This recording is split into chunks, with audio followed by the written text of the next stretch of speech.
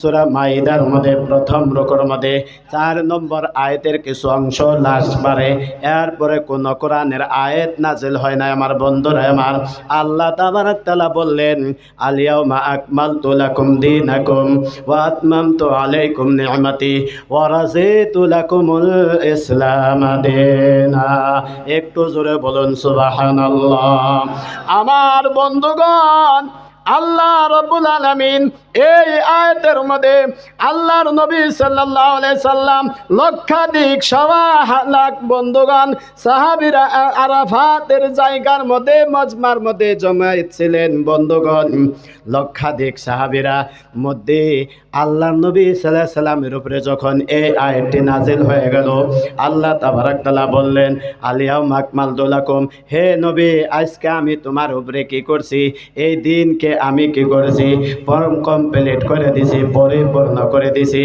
আর বাহিসিয়াতে দিন হইতে তোমার উপরে আমি সন্তুষ্ট হয়ে গেছি। বন্ধুরা আমার, আল্লাহর নবী সাল্লাল্লাহু আলাইহি সাল্লাম এই আয়াতটি যখন নাজিল হয়ে গেলেন, আল্লাহর নবী সাল্লাল্লাহু আলাইহি সাল্লাম কি করলেন? সাহাবারা বলেন, কিতাবে বুখারী শরীফের মধ্যে আছে, ইত্যাদি ইতিহাসের কিতাবের মধ্যে আছে, নবীজি কি করলেন? ওই চন্দ্রর মুখে হাত উঠে বলে, আরে চন্দ্র, ও সূর্য রে, আমার উপরে যে যাবতীয় 20-23 বছর যে আমার উপরে কোরআন নাজিল হলো, আমি মুহাম্মদ সাল্লাল্লাহু আলাইহি সাল্লাম আমি কি পরিপূর্ণ পৌঁছে দিতে পারছি না নাই? চন্দ্র সূর্য তোমরা সাক্ষী রাখিও, সাক্ষী থাকিও, সাক্ষী থাকো, আমি কোরআন পৌঁছে দিতে পারছি না নাই। সাহাবীদেরকে জিজ্ঞাসা করা হলো, সাহাবীরা তোমরাও সাক্ষী থাকিও, আমি নবী মুহাম্মদ সাল্লাল্লাহু আলাইহি সাল্লাম তোমাদের পাশে এই কোরআন আমি পৌঁছে দিতে পারছি না নাই। আমার বন্ধুরা আমার, আল্লাহর নবীর সাহাবীরা বলেন, হুজুর, আপনি তো পৌঁছে দিছেন নাই, খালি পৌঁছাই দেন নাই, বরং সে খালি পয়রাই শোনেন নাই হুজুর, বাজাতে খুদ নিজে নিজস্বভাবে আপনি আমলে পরিণত করে দেখায়া দিয়েছেন। জোরে বলুন সুবহানাল্লাহ। ও সাহাবীরা, তোমরা সাক্ষী থাকিও, কিয়ামতের দিন যদি কোনো প্রশ্ন আসে, আমার বন্ধুরা আমার, তোমরা সাক্ষী থাকিও, সূর্য সাক্ষী থাকিও, চন্দ্র তুমি সাক্ষী থাকিও। আল্লাহর নবী সাক্ষী বানায় রাখলেন, আর সাহাবাদেরকে বললেন, ও আমার সাহাবীরা, এই যে হজের মধ্যে আসলাম, এই হজের পরে আমার মনে হয় আমি নবী আর জীবনে কোনো হজ আমার নসিব হবে না। तवक्को नहीं कि हम दोबारा हज को आए। নবীর আখেরি হজ্জাতুল বিদা ছিল। বন্ধুগণ, নবী যে হজ করে গেলেন, কোরআন নাজিল আজকে শেষ হয়ে গেল, 2 মাস পর্যন্ত খালি নবী করিম সাল্লাল্লাহু আলাইহি সাল্লামের উপরে কোনো কোরআন নাজিল হয় না। কিন্তু নবীজিকে হুকুম দেওয়া হইল এই সূরার মধ্যে, আল্লাহ রাব্বুল আলামিন বলেন, এই মৃত্যুর আগ পর্যন্ত ওয়াহি থেকে শেষ নিয়া মৃত্যু পর্যন্ত বন্ধুগণ খালি 3টি বস্তু নবীজি সব সময় পাঠ করতেন। জোরে বলুন সুবহানাল্লাহ। আল্লাহ রাব্বুল আলামিন বইলা দিলেন, হে নবী, ফাসাব্বিহ, তুমি আল্লাহর তাসবিহ অর্থাৎ সুবহানাল্লাহ তুমি বলো, বিহামদি রাব্বিকা, তোমার প্রতিপালকের তাহমিদ অর্থাৎ হামদ করো, আলহামদুলিল্লাহ বলো, ওয়াস্তাগফির, এবং তুমি আস্তাগফিরুল্লাহ, আল্লাহর কাছে তওবা ইস্তেগফার করো। এই 3টি বস্তু বন্ধুগণ সব সময় সুবহানাল্লাহ, আলহামদুলিল্লাহ, আস্তাগফিরুল্লাহ নবী শেষ জীবন পর্যন্ত, ওই শেষের 2-3 মাস যতদিন জীবিত ছিলেন, সব দিন এই তাসবিহটা নবীজি বেশি বেশি করছেন। একটু জোরে বলুন সুবহানাল্লাহ। হযরতে ওমর ইবনে খাত্তাব রাদিয়াল্লাহু তাআলা জিজ্ঞাসা করলেন, কোরআনের আখেরি যে জাহিরি যে তরজমাটা বোঝা যায়, হযরতে ওমর ইবনে খাত্তাব রাদিয়াল্লাহু তাআলা অন্যান্য সাহাবীদেরকে জিজ্ঞাসা করলেন, এই কোরআনের এই সূরাটার মানে অর্থ কি বলো, কিসের জন্য নাজিল করা হয়েছে? আব্দুল্লাহ বিন আব্বাস রাদিয়াল্লাহু তাআলা ডাক দিয়া বলেন, ও হুজুর ওমর ইবনে খাত্তাব রাদিয়াল্লাহু তাআলা আমিরুল মুমিনিন, এই সূরার মধ্যে ওমর ইবনে খাত্তাব রাদিয়াল্লাহু তাআলা এই সূরার মধ্যে আল্লাহ তাবারাক তাআলা নবীকে ঘোষণা দিয়েছেন, সংবাদ দিয়েছেন যে আপনি আর বেশি দিন দুনিয়ার বুকে থাকবেন না। আপনি আর বেশি দিন দুনিয়ার বুকে আপনার আর থাকা হবে না। আপনার সময় সংকীর্ণ হয়ে যাচ্ছে, আপনার বেশি দিন দুনিয়ার বুকে আর থাকতে পারবেন না। আমার বন্ধুগণ, কিতাবের মধ্যে লিপিবদ্ধ আছে, আমি সংক্ষিপ্ত করে দিচ্ছি বন্ধুগণ। আল্লাহর নবী সাল্লাল্লাহু আলাইহি সাল্লামের কাছে খবর আসলো, হুজুর মদিনা মুনাওয়ারায় থেকে কোন একটা জানাজা পড়ানোর জন্য আসছে, আপনি জানাজাটা পড়াইয়া দিন। নবী করিম সাল্লাল্লাহু আলাইহি সাল্লাম জান্নাতুল বাকের দিক দিয়ে যায় উনিকে করলেন জানাজাটা সমাধা করবেন। ওই জানাজা পড়ানোর সময় আমার বন্ধুগণ পড়ে আসলেন। আসার পরে যেমন মাথাটা বেদনা আরম্ভ করে দিল, ব্যথা আরম্ভ হয়ে গেল। মাথার বেদনায়, মাথার ব্যথায় বন্ধুগণ নবী করিম সাল্লাল্লাহু আলাইহি সাল্লাম অনেক পেরেশান। অনেক লাহে লাহে লাহে লাহে ওই বেমারটা জ্বরে পরিণত হয়ে গেল। আমার বন্ধুরা, হুজুর আকরাম সাল্লাল্লাহু আলাইহি সাল্লাম ওনার ইন্তেকালের ঘটনা বলতে গেলে বহুত লম্বা চূড়া হয়ে যাবে, প্রায় ঘন্টা 45 মিনিটের প্রয়োজন পড়ে যাবে তার হালত অবস্থা।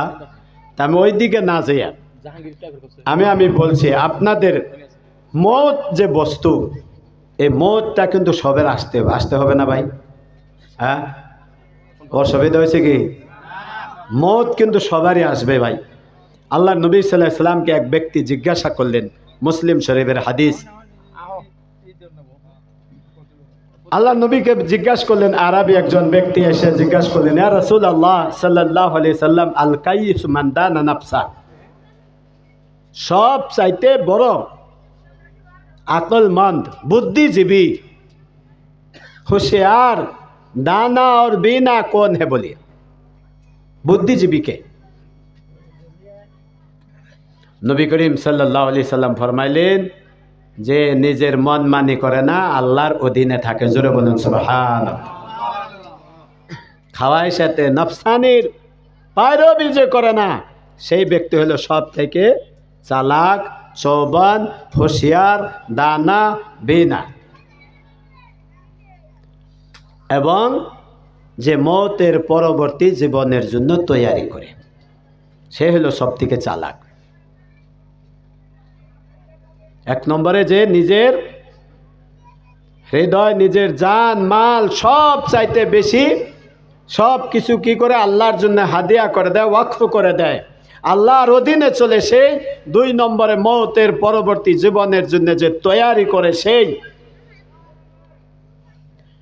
আবার ওই ব্যক্তি জিজ্ঞাসা করলেন, ইয়া রাসূলুল্লাহ সাল্লাল্লাহু আলাইহি ওয়াসাল্লাম, সব চাইতে নাদান, না সমঝ, আহমক, বেওয়াকুফ কোন? বলিয়ে নবী করিম সাল্লাল্লাহু আলাইহি ওয়াসাল্লাম বলে, আল আজিবু মান ইত্তাবা হাওয়া ওয়া ইয়াতামান্না আলাল্লাহ। ওই মানুষটা দুনিয়ার মধ্যে সব চাইতে বোকা, সব চাইতে না সমঝ,